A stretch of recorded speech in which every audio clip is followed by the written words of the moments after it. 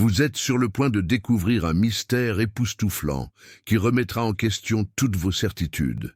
Si vous aimez les histoires surprenantes et pleines de rebondissements, abonnez-vous à notre chaîne. Préparez-vous à l'inattendu et rejoignez-nous pour des récits encore plus palpitants. En 1882, en France, une atmosphère de calme apparent régnait sur le petit village de La Roche-sur-Yon.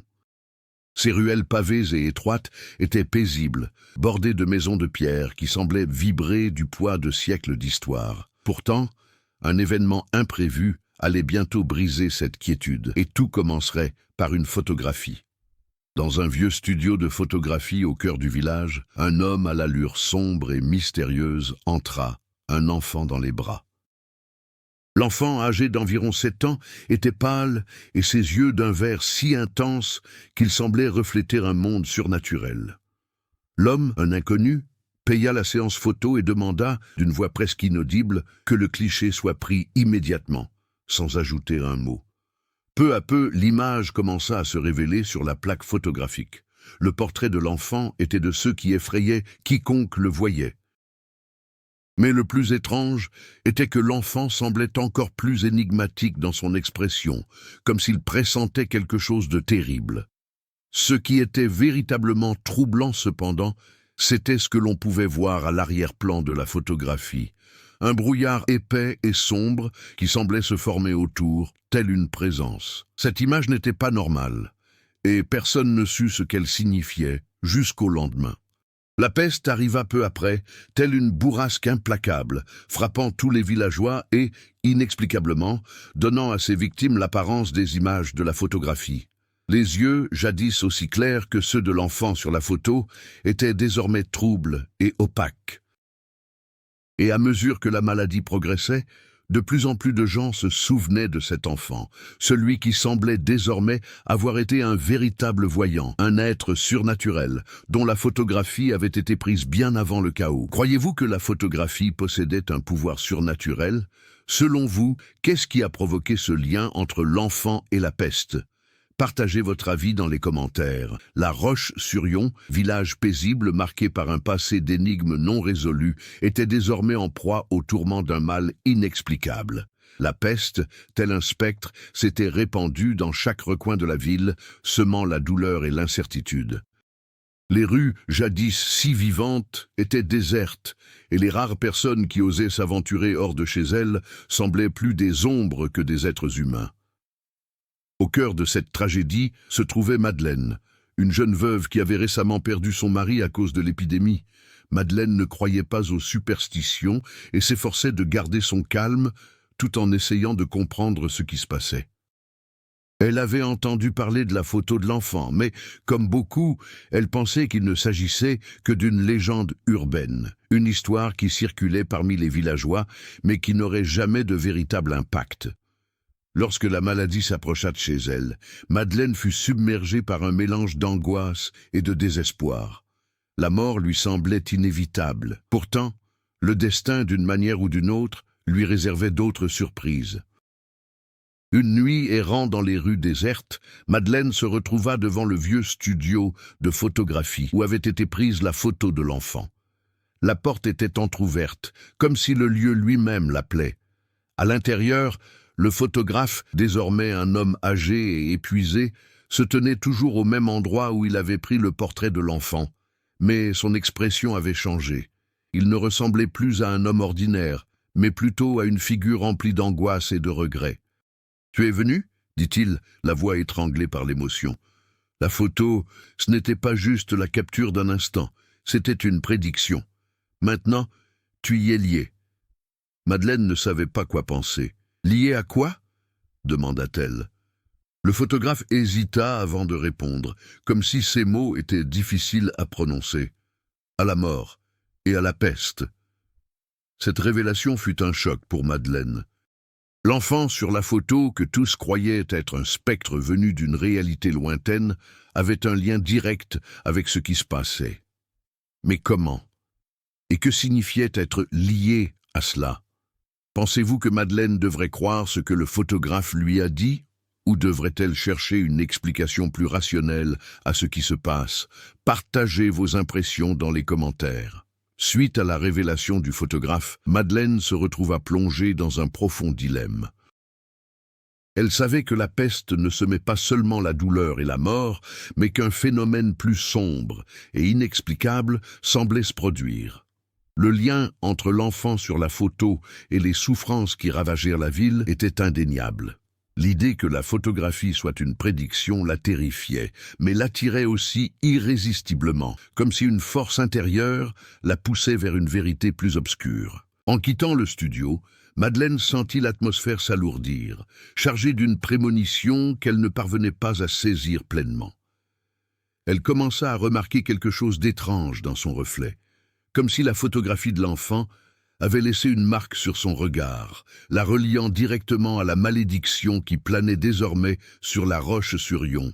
Ses yeux, jadis clairs et paisibles, semblaient maintenant refléter la même intensité que ceux de l'enfant sur la photo. Elle avait l'impression qu'une force invisible l'observait, surveillant chacun de ses pas.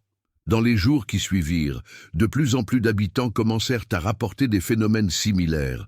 On apercevait des silhouettes fantomatiques dans les miroirs, et certains juraient que leur propre image était déformée, comme si quelque chose les surplombait, comme venu d'une autre dimension. Même les prêtres locaux, d'ordinaire sceptiques face aux superstitions, commencèrent à évoquer la possibilité d'un mal ancien revenu hanter la ville. Madeleine, désormais rongée par le doute et la peur, décida de se rendre à l'église du village en quête de réponse. Le père Henri, homme taciturne et soucieux, l'accueillit d'un air grave. « L'avez-vous vu, vous aussi » demanda-t-il comme s'il savait déjà ce qu'elle allait dire. « Je l'ai vu. Il se passe quelque chose qui dépasse la peste, la photo, l'enfant. »« Oui, » interrompit le père Henri, « l'enfant. On dit qu'elle était la fille d'un homme qui pratiquait des rituels interdits. Il l'a sacrifiée pour s'assurer le pouvoir éternel. La photo a été prise quelques instants avant sa mort. On dit que cette image porte l'essence de la mort qui fut invoquée cette nuit-là. » Madeleine était sous le choc. Comment était-ce possible? Mais au fond d'elle, elle savait qu'il se passait quelque chose de surnaturel et que peut-être le photographe avait raison. Elle était liée à cette malédiction et peut-être, comme pour la ville, n'y avait-il plus de retour en arrière possible. Que pensez-vous de la théorie du père Henri? Croyez-vous que l'enfant ait réellement été sacrifié pour attirer une malédiction? Ou existe-t-il une explication plus logique à tout cela? N'hésitez pas à laisser votre avis en commentaire. Les jours passaient et la peste continuait de ravager la Roche-sur-Yon, mais désormais, la mort survenait de manière plus étrange et inattendue.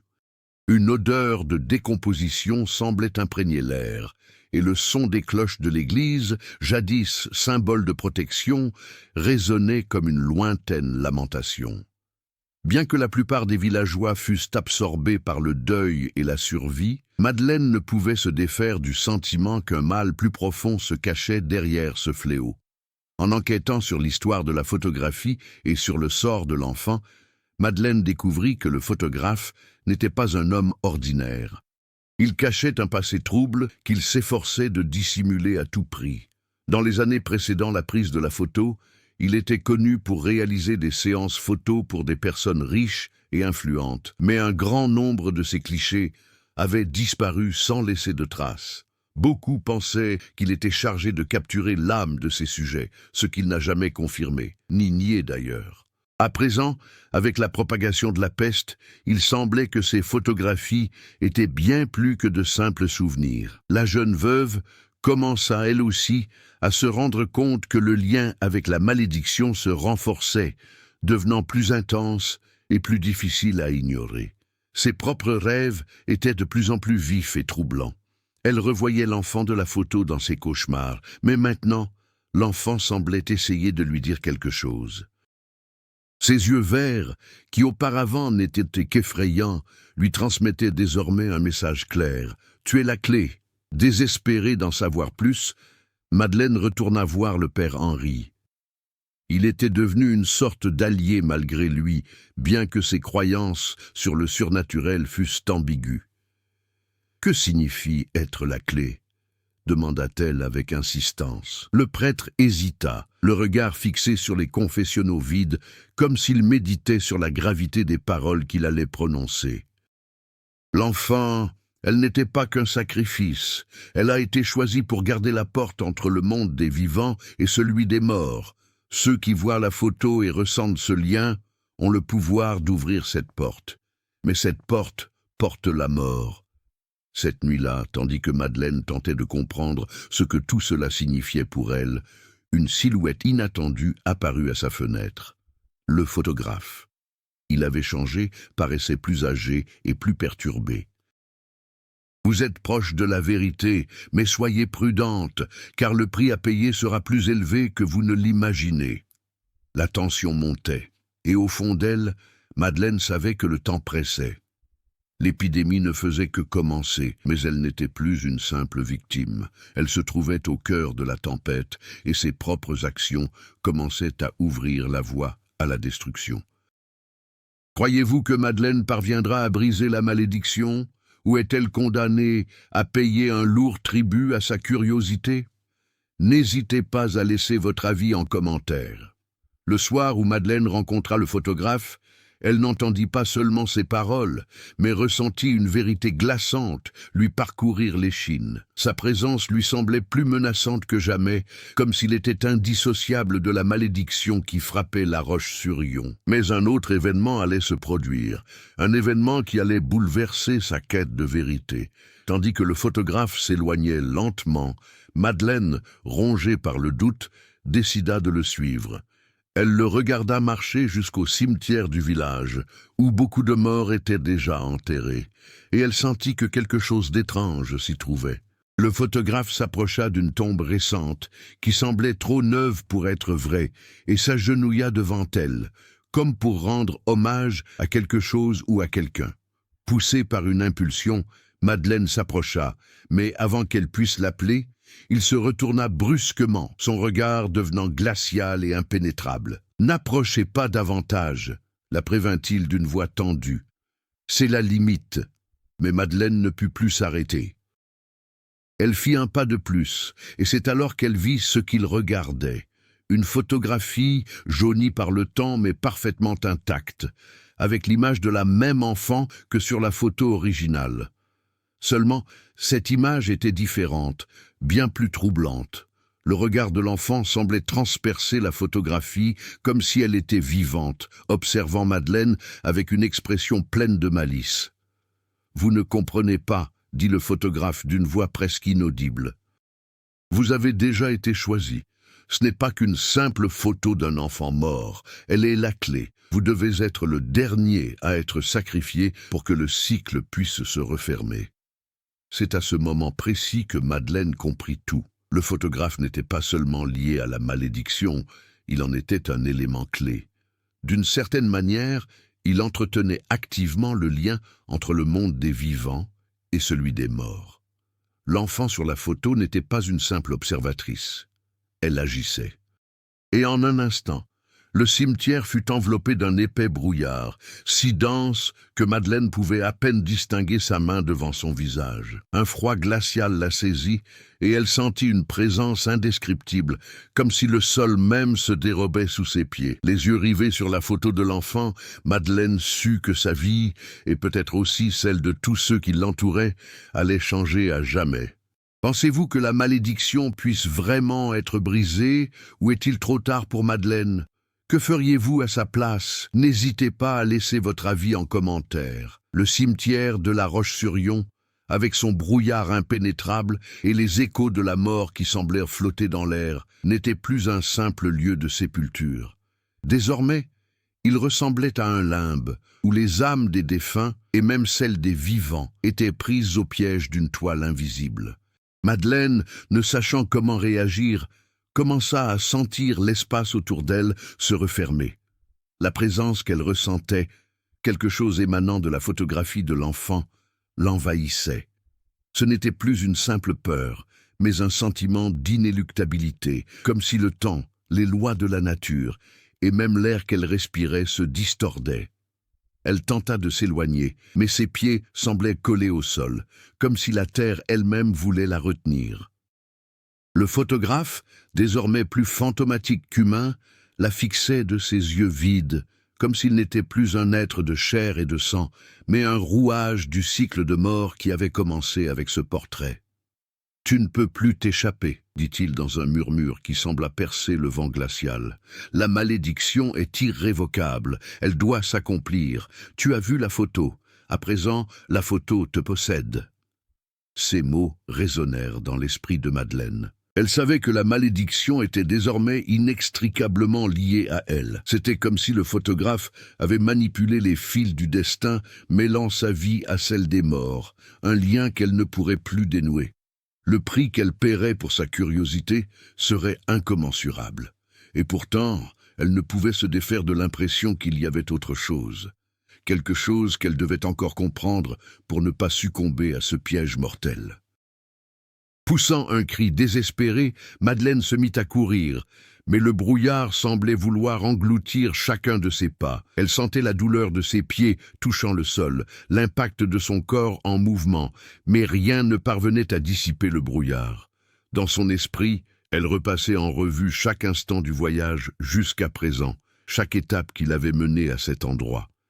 La photographie, le photographe, le père Henri, même les villageois, tous semblaient impliqués, mais qui ou quoi tirait les ficelles de cette toile de mort. Tandis qu'elle courait, une idée lui vint.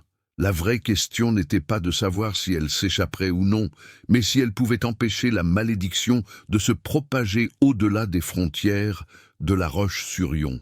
Une voix intérieure la mettait en garde. Elle ne devait pas être la dernière victime. Elle ne pouvait pas être la clé qui mettrait fin au cycle de la mort. Mais comment l'empêcher alors que la ville elle-même était prise dans cet engrenage infernal? Croyez-vous que Madeleine ait une chance d'inverser les effets de la malédiction, ou est-elle condamnée à en être la clé? Comment pensez-vous qu'elle puisse lutter contre ce destin? N'hésitez pas à laisser votre avis en commentaire. Madeleine sentit enfin son corps se mettre en mouvement, comme si une force invisible la propulsait hors du cimetière. Chaque pas était plus lourd que le précédent. Mais elle ne parvenait pas à s'arrêter. L'épais brouillard qui l'enveloppait semblait doté d'une intelligence propre, comme s'il tentait de la ramener dans les ténèbres qu'elle cherchait à fuir. Mais elle était déterminée à résister. Lorsqu'elle quitta enfin le cimetière et atteignit le village, l'air lui parut plus léger, mais non moins menaçant. La Roche-sur-Yon était plongée dans un silence pesant. Non pas le silence habituel d'une ville déserte, mais un silence lourd, chargé de secrets et de présence. La peste sévissait encore, mais Madeleine savait désormais que la maladie n'était pas le seul mal qui hantait la ville. Elle devait agir, elle ne pouvait plus rester spectatrice passive de son propre malheur. Ce que disait le photographe contenait une part de vérité. Elle était liée à la malédiction d'une manière qui défiait toute explication logique. Mais elle savait aussi que, aussi terrifiant que cela fût, elle avait le choix. Elle n'était pas complètement impuissante. Elle devait trouver un moyen d'inverser le cycle qu'elle avait déclenché.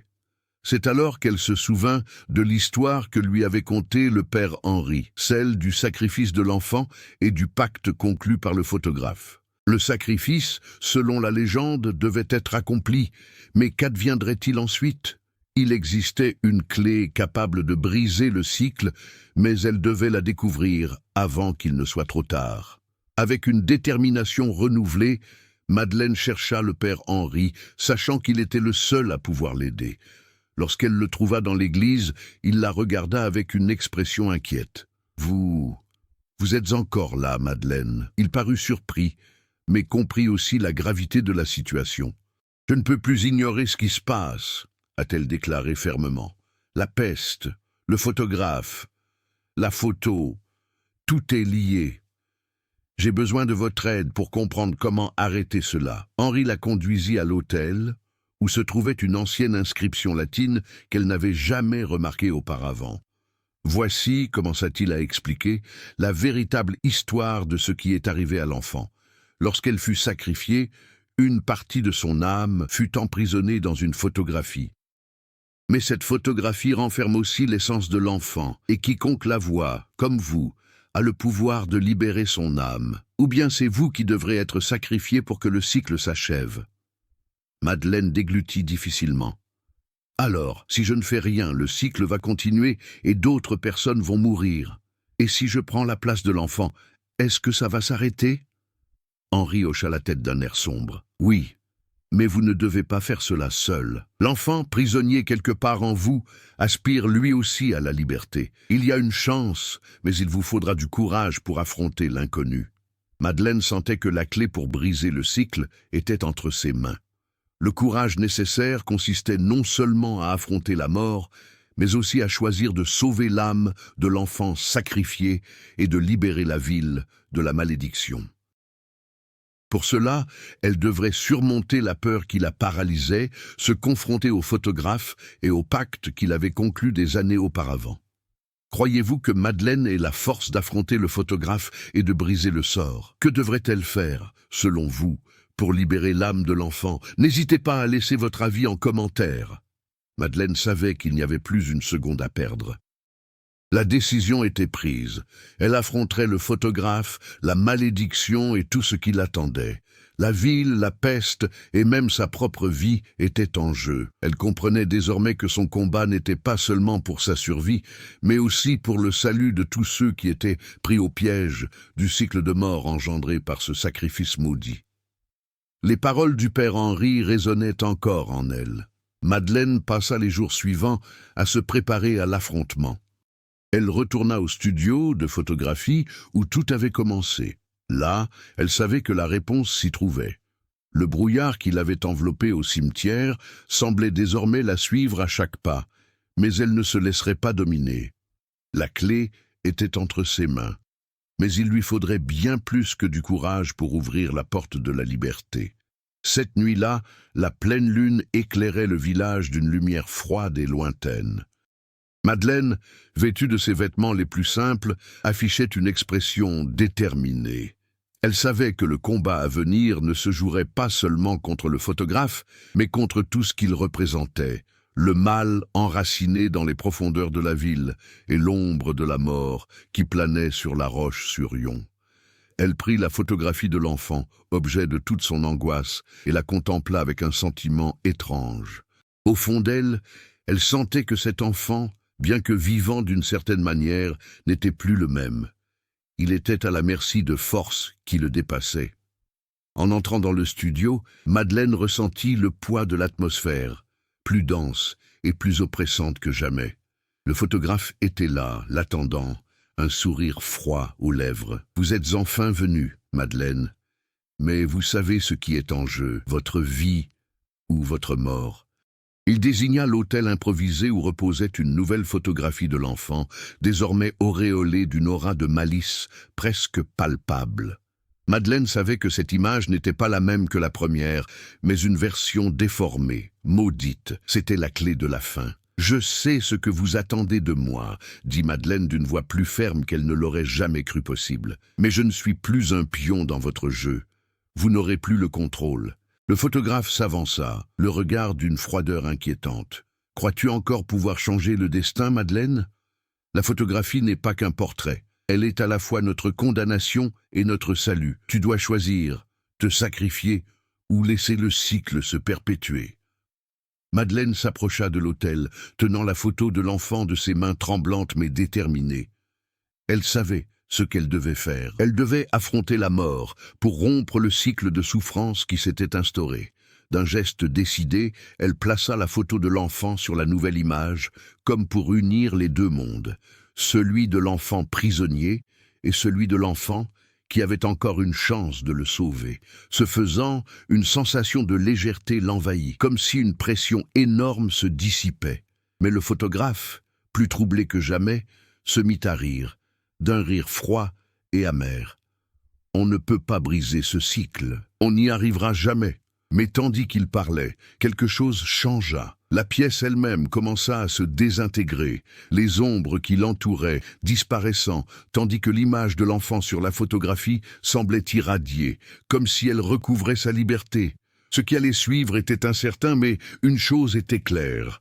Le combat de Madeleine était sur le point d'atteindre son point culminant. Croyez-vous que Madeleine soit parvenue à briser le cycle ou commence-t-elle seulement à payer le prix de ses choix? Que pensez-vous qu'il va se passer ensuite? N'hésitez pas à laisser votre avis en commentaire.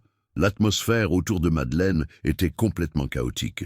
Le studio photo, jadis oppressant et lugubre, se désagrégeait à présent, comme si la réalité elle-même se distordait. Le brouillard qui enveloppait la ville semblait s'être concentré en ce lieu précis et la photographie de l'enfant brillait intensément sur l'autel improvisé. Le photographe, devenu une figure presque éthérée, observait la scène avec une expression de désespoir, comme s'il sentait son pouvoir lui échapper. Son rire devint plus sinistre, plus agressif. « Tu ne comprends pas, Madeleine !» hurla-t-il, ses yeux devenant complètement noirs. « La malédiction, elle ne se brise pas. Elle te consumera, comme elle a consumé tous ceux qui t'ont précédé. » Madeleine, debout devant l'autel, ressentait le poids des paroles du photographe, mais en même temps, quelque chose changeait en elle. Son geste de superposer la photo de l'enfant à la nouvelle image n'était pas anodin, c'était un acte de résistance. Le cycle de souffrance engendré par cette photo commençait à se briser, mais le prix à payer restait encore inconnu. Le photographe, désormais métamorphosé en une entité, avançait à une vitesse surnaturelle. Il tentait d'enrayer le processus de rupture, de reprendre le contrôle de la malédiction qu'il avait lui-même déclenchée. Mais Madeleine n'hésita pas. La peur qui l'avait auparavant submergée fit place à une force implacable. Elle tenait la photo de l'enfant entre ses mains, sentant une force grandissante s'en dégager. À chaque seconde qui passait, la pièce devenait plus insoutenable, comme si les lois du temps et de l'espace se désagrégeaient. Le photographe, désormais une silhouette fantomatique, tenta de saisir le cliché, mais au contact, il fut projeté en arrière, son corps se dissolvant en une brume sombre qui commença à se dissiper. « Non! Non !» cria-t-il, sa voix résonnant dans toutes les directions. C'est alors que la véritable révélation eut lieu. L'enfant de la photographie, sacrifié et emprisonné dans ce portrait, se mit à bouger. Ses yeux verts brillèrent intensément et en regardant Madeleine, elle ressentit un lien inexplicable. L'enfant était, d'une certaine manière, consciente de sa présence et finalement, elle sourit, comme pour la remercier de sa liberté. Dans un dernier souffle, l'entité qu'était le photographe disparut complètement et le brouillard qui enveloppait la ville se dissipa. Le studio de photographie s'écroula, ses murs se brisant et se désintégrant. Madeleine se tenait seule au milieu d'un champ désert, la photographie de l'enfant brillant doucement entre ses mains. La ville de La Roche-sur-Yon, ravagée par la peste et la peur, semblait enfin respirer. La malédiction, née du sacrifice d'un enfant et du pacte du photographe, avait enfin pris fin. La ville était sauvée. Mais le prix payé par Madeleine, elle devrait le comprendre toute sa vie. Croyez-vous que Madeleine soit enfin libérée de la malédiction, ou paie-t-elle encore le prix de ses choix? Quel avenir entrevoyez-vous pour elle maintenant que le cycle est brisé? N'hésitez pas à laisser votre avis en commentaire. Ce qui avait commencé comme un simple témoignage photographique d'une tragédie s'est mué en énigme, en présage des événements à venir. Cette image macabre, prise en 1882, a non seulement immortalisé la perte d'un enfant, mais est aussi devenue un sombre avertissement des horreurs auxquelles l'humanité allait encore être confrontée. La photographie, avec son mystère inquiétant, demeure une énigme que personne n'a jamais pu percer pleinement. Aujourd'hui encore, des rumeurs sur ce qu'elle a réellement prédit résonnent à travers l'histoire, un rappel terrifiant que l'avenir ne peut être ignoré. Et vous, qu'en pensez-vous? Cette photo est-elle une simple coïncidence ou un véritable avertissement venu d'ailleurs? Le mystère demeure. N'oubliez pas de vous abonner à la chaîne pour découvrir d'autres histoires qui défient les limites du temps et de la réalité. Préparez-vous, la suite pourrait bien être plus terrifiante que vous ne l'imaginez.